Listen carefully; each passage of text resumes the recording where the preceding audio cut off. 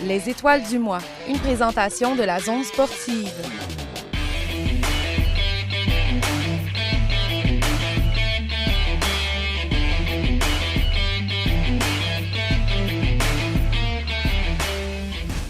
Nathan et Cédric Ruel-Lajoie ont été sélectionnés pour faire partie de l'équipe canadienne senior de quilles. C'est une troisième sélection pour Nathan et une première pour Cédric. Ces deux frères sont également les copropriétaires du salon de quilles Témis 2.0. Pour nous, le bowling, c'est une passion depuis qu'on est tout jeune. C'était l'entreprise familiale, donc on voulait vraiment reprendre le tout, puis on a beaucoup de plaisir à faire ça, en fait, là.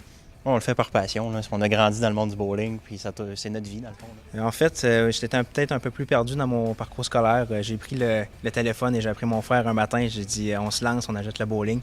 Puis ça s'est fait en dedans de 6 mois, là, on est devenu propriétaire, donc ça s'est passé très vite. Puis je suis content, ça fait déjà 3 ans, puis je pense qu'on aime ça tous les deux, donc c'est le fun à ce coin-là. Pas toujours évident, mais on le fait par passion aussi, là. Fait que c'est plaisant de pouvoir travailler et faire sa passion en même temps, là. En fait, à toutes les années, on a une qualification. Cette année, à cause du COVID, c'était vraiment des choix. Dans le fond, ça fait déjà 3 ans que je suis sur l'équipe. Dans le fond, c'est vraiment un tournoi qu'on a toutes les années. Le top 6 font l'équipe, plus 2 repêchages. Moi, j'ai passé par la sélection, vu que à cause du COVID, il n'y a pas eu de tournoi cette année.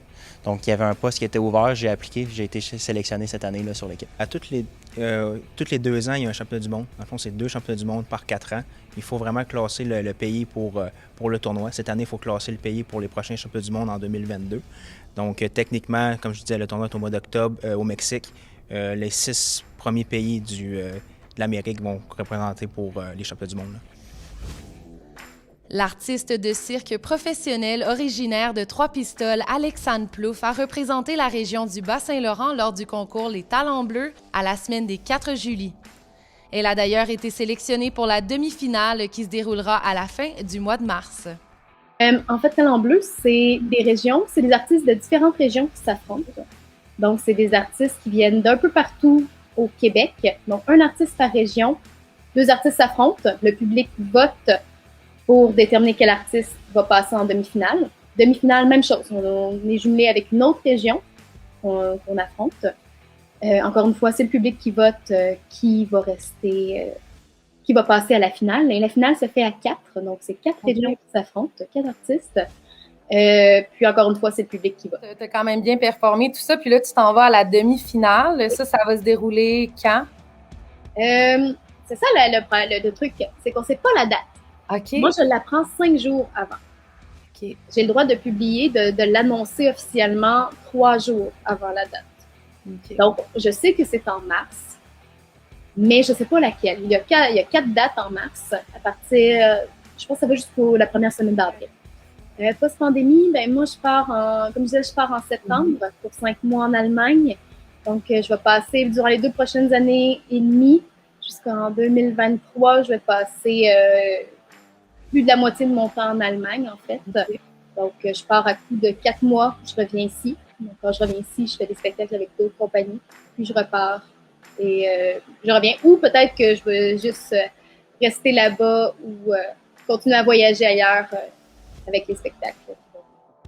Le dévouement et la capacité d'adaptation des entraîneurs des programmes sport-études à l'école secondaire de Rivière-du-Loup permettent aux jeunes athlètes de pouvoir pratiquer leur discipline malgré le contexte actuel.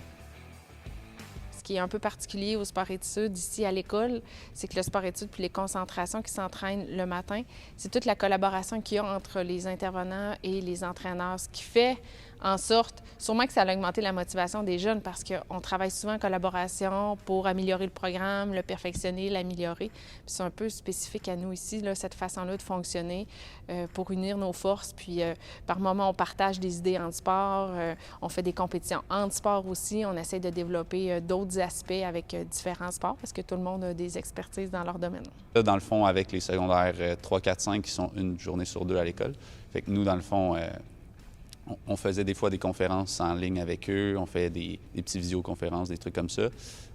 Mais en majorité, on a gardé le même roulement parce que les secondaires 1 et 2 sont toujours à l'école. Fait qu'il y a des fois des coachs qui sont sur le terrain, il y a des fois des coachs en ligne.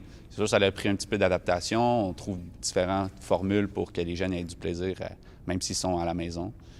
Bien, depuis le début du COVID et de la pandémie, il y a beaucoup d'efforts qui ont été mis en place par les entraîneurs afin de solliciter la motivation. Et les jeunes sont bons, ils s'adaptent, puis ils veulent quand même toucher au ballon un peu, fait que ça leur dérange pas de mettre leur masque puis de s'entraîner quand même avec ça.